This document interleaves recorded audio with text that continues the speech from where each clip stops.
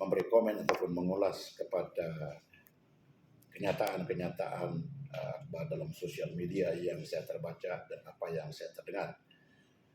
Yang amat memeranjatkan kepada saya ialah apabila saya dapat tahu bahwa syarikat yang memohon tanah di Balambangan itu yang ditaja oleh Datuk Thomas H telah menarik kelulusan daripada kerajaan negeri, di mana syarikat ini ingin tidak meneruskan lagi pelaburan mereka di Pulau Balambangan. Dan alasan yang diberi ialah karena ikuran daripada kontroversi yang timbul daripada pendedahan sosial media yang telah mendedahkan dokumen-dokumen yang tidak patut untuk didedahkan kepada rakyat umum negeri Sabah. Jadi bagi saya penarikan balik daripada permohonan yang tadi disebutkan oleh kerajaan itu dan tidak meneruskan rancangan mereka untuk membangun Pulau Balambangan, yaitu dengan menanam kelapa, dan mereka ingin memelihara kambing di situ dengan tujuan apabila ianya sudah bermula, mereka juga ingin membuat industri agropelancongan. Itu setahu saya. Tetapi oleh karena ada kontroversi dalam soal ini, maka mereka menarik diri. Jadi bagi saya ada dua kesan negatif daripada sudut ekonomi.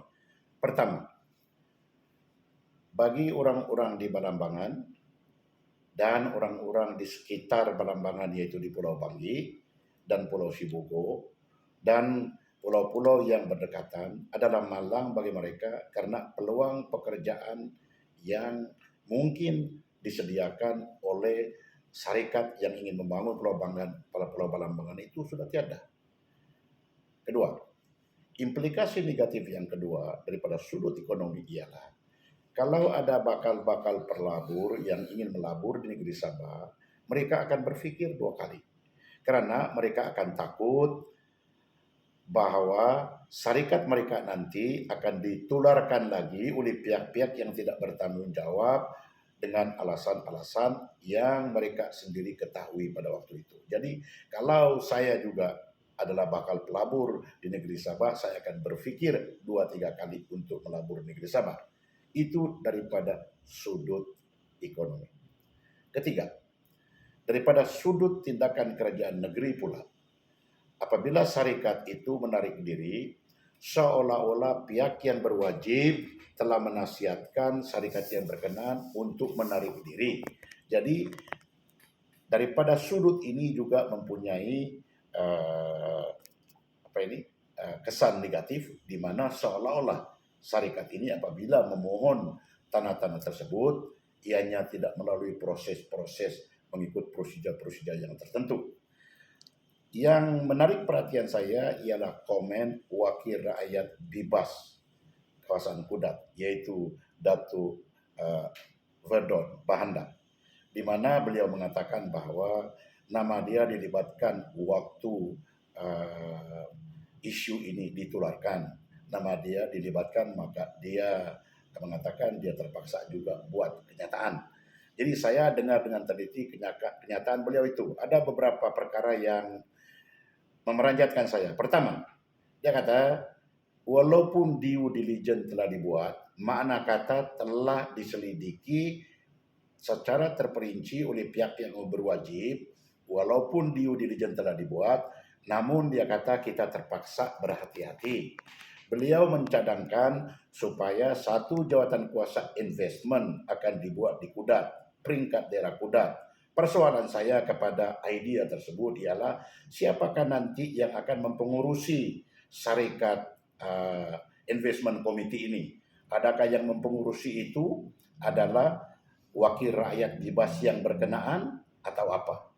Karena beliau yang baru menjadi wakil rakyat di Kudat itu harus membuat penyelidikan secara terperinci mengenai dengan kawasan Kudat, yaitu bagi kawasan Balambangan ada 2 bidang tanah sana yang besar yang telah diagihkan kepada syarikat Sidco.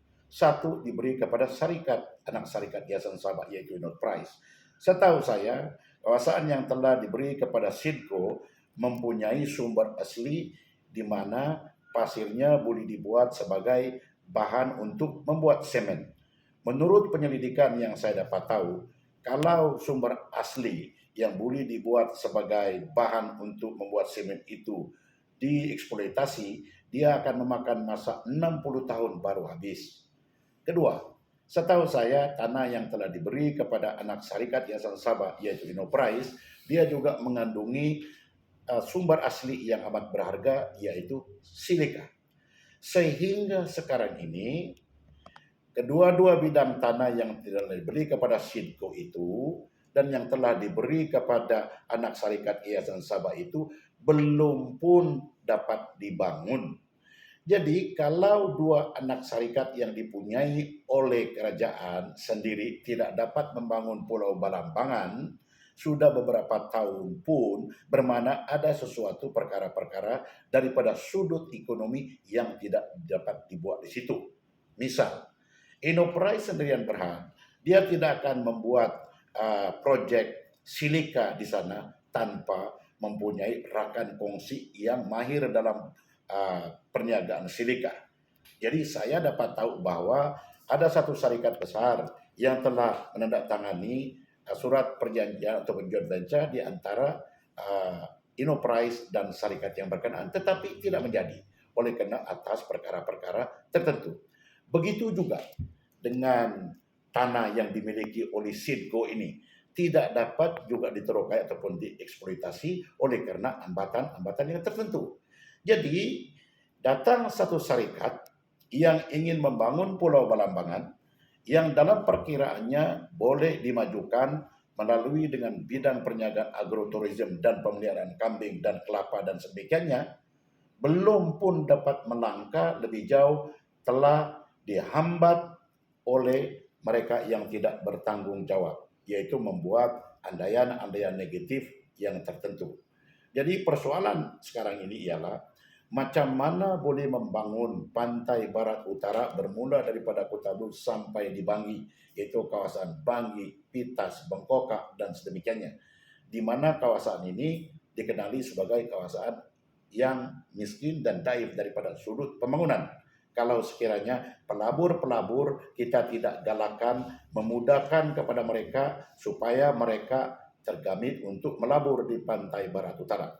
Beberapa kali yang amat berhormat Ketua Menteri telah menyatakan kepada saya, dia kata, Pandekar, yang harus sekarang kita fokus ialah pantai barat utara, yaitu daripada kawasan Kota Bulu sampai di kawasan Bangi untuk dibangunkan. Dia bagi contoh, dia kata contoh, kalau di Ladatu ada POIC, yaitu Palm Oil Industrial Cluster, di pantai barat utara juga harus kita buat proyek mega. Kalau dia kata di Sipitang ada SOGIP, yaitu Sipitang Oil and Gas Industry, maka di pantai barat utara juga harus kita buat pembangunan. Jadi setahu saya di suatu ketika dulu ada satu proposal yang dibuat oleh syarikat daripada Semenanjung Malaysia yang dipanggil sebagai KOGIP, yaitu Kudat Oil and Gas Industrial Park. Dan pada ketika itu KOGIP dia juga bekerja sama dengan Sidco. Tetapi atas sebab-sebab tertentu juga, yaitu atas sebab-sebab birokrasi, atas sebab-sebab yang lebih diketahui oleh pentadbiran kerajaan yang dahulu, yaitu Kerajaan Barisan Nasional, maka proposal itu tidak menjadi. Jadi yang harus diberi fokus sekarang ini bagi mereka-mereka yang ingin membangunkan Kudat ataupun pantai barat utara, termasuk wakil rakyat Dibas di Kudat ini, harus berpikir secara waras sebelum membuat kenyataan-kenyataan negatif. Itu sebab kenapa saya tergamit untuk membuat kenyataan akbar yang kedua ini, untuk mengulas selanjutnya kepada perkembangan yang mutakhir berhubung dengan soal tanah di Pulau Balambangan ini. Terima kasih. Oke, itu bermakna daripada mula dia ada, tapi